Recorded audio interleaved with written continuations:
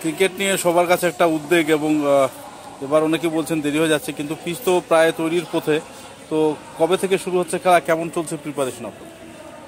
আমার মনে হয় এবছর যেহেতু এনএমভুক্ত টুর্নামেন্টটা যখন শুরু হয় এবং শেষ হয়, তারপরে অ্যাটলিস্ট খুব তাড়াতাড়ি ক্রিকেট পিচ করতে হলো মিনিমাম 1 মাস সময় দিতে হবে।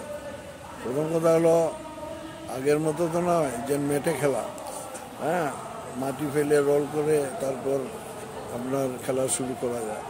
এখন আমাদের এখানে যেহেতু 6-7টা পিচ তৈরি করতে হয়, মিনিমাম 3 মাস একটা এই যে পদ্ধতিতে করা হয় 3 মাস সময় লাগেই।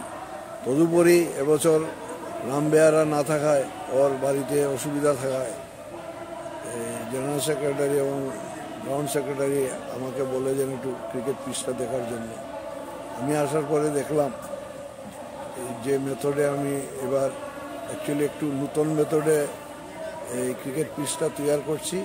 আসার আগে এবার ক্রিকেট পিচটা একটু ভালো হবে, কারণ প্রথমত আমাদের মাঠের যে গ্রিন গ্রাসটা অন্যবার কি হয়, এই 4 ইঞ্চি 6 ইঞ্চি মাটি কুড়ে তারপর মাটি দিয়ে তারপর চাপটা লাগিয়ে বা এই গাছের বিচি দিয়ে বা ঘাস সার দিয়ে তারপর বোলিং করে করা হয়। এবার যেহেতু আমি এসে দেখলাম এইভাবে যদি করা যায় তাহলে অনেক সময় লাগবে, জানুয়ারিতে হবে না। তখন আমি দেখলাম মাঠের গাছ যেটা আমাদের দুব্বা গাছটা অরিজিনাল গাছটা, এটা যদি আমি মাঠ থেকে আমি গাছটা উঠাতে পারি এই পিচ থেকে, তারপর আমরা মাটি দিয়ে তারপর সার দিয়ে, তাহলে গ্রিন টপটাও থাকবে আর এটা একদম অরিজিনাল পিচের মতো মনে হবে। এইভাবে আমরা পদ্ধতি, রামের সাথে আমার যোগাযোগ হয়, রামকেও বললাম। রামও প্রথম ভেবেছিল মাটি কুড়ে, আমি বললাম, তারপরে মাঠের ফটো পাঠালাম যে কিউরেটারকে, দেখলাম সবাই বলছে যে 3 মাস সময় লাগবে। তারপর এই পদ্ধতিটা আমি নিলাম।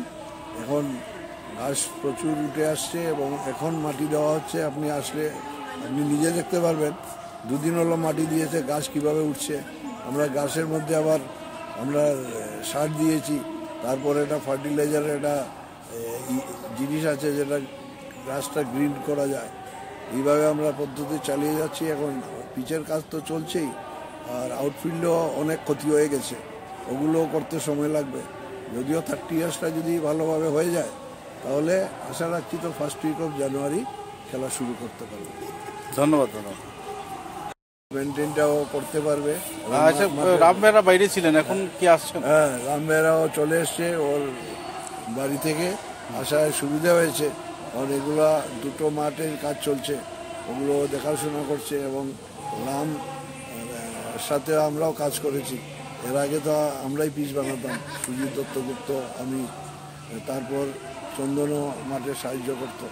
যাই হোক, আশা রাখছি এবছর আরও স্পোর্টিং পিচ হবে, টিমগুলো খেলে, মানে আমার মনে হয় এবছর টিমগুলো খেলে মানে নিজেরা প্রাপ্তি হবে।